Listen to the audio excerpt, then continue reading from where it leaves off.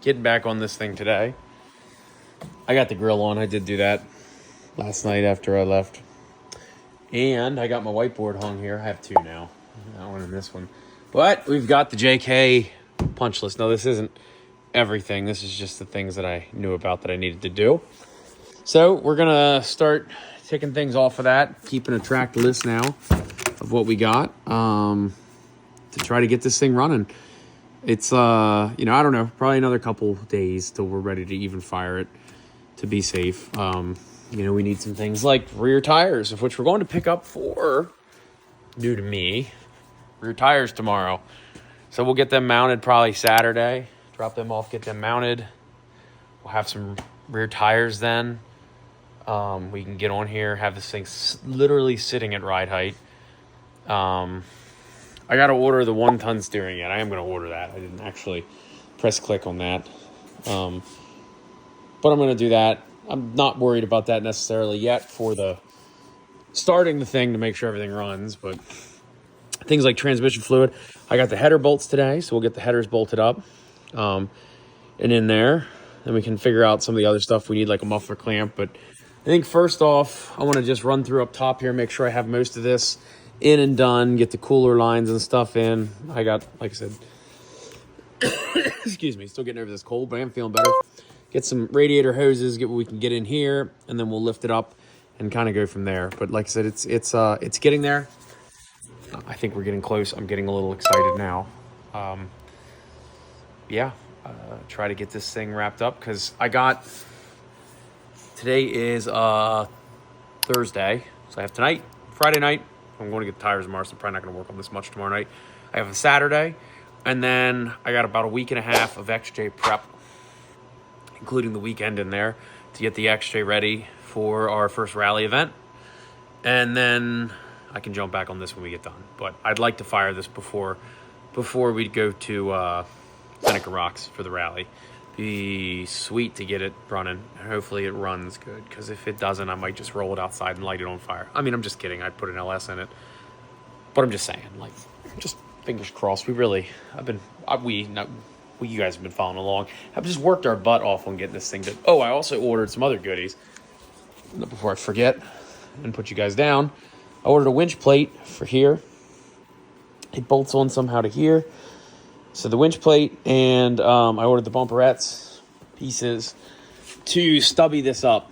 So they go on here somehow, and they cut these sections off. So the full width bumper will become a stubby bumper. So the other thing I'm probably going to do tonight is figure out how to yank these tow hooks off, which I think I just zip these out. It'll separate that plate. I can pull the tow hooks off, and then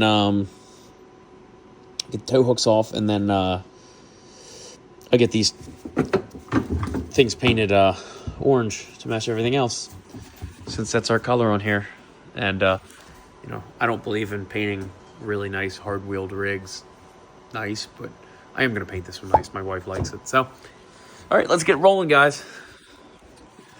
AC lines are in now. All hooked up.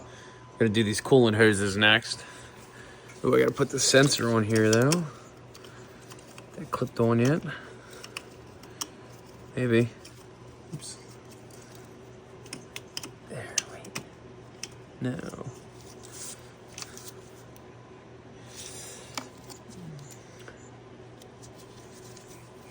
Yeah, it's gotta go like that. All right, perfect. So those are on. I got coolant hoses yet. Trans cooler lines. I got to figure out how this overflow tank mounts in there.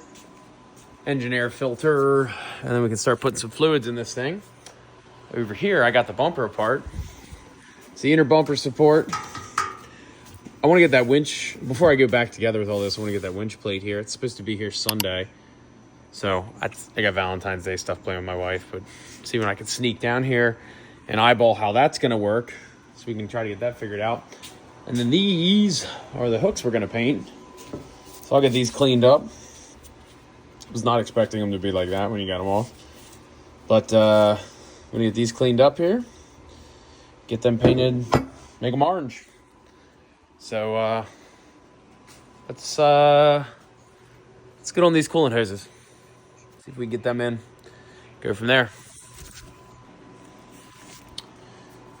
All right, so we're getting there.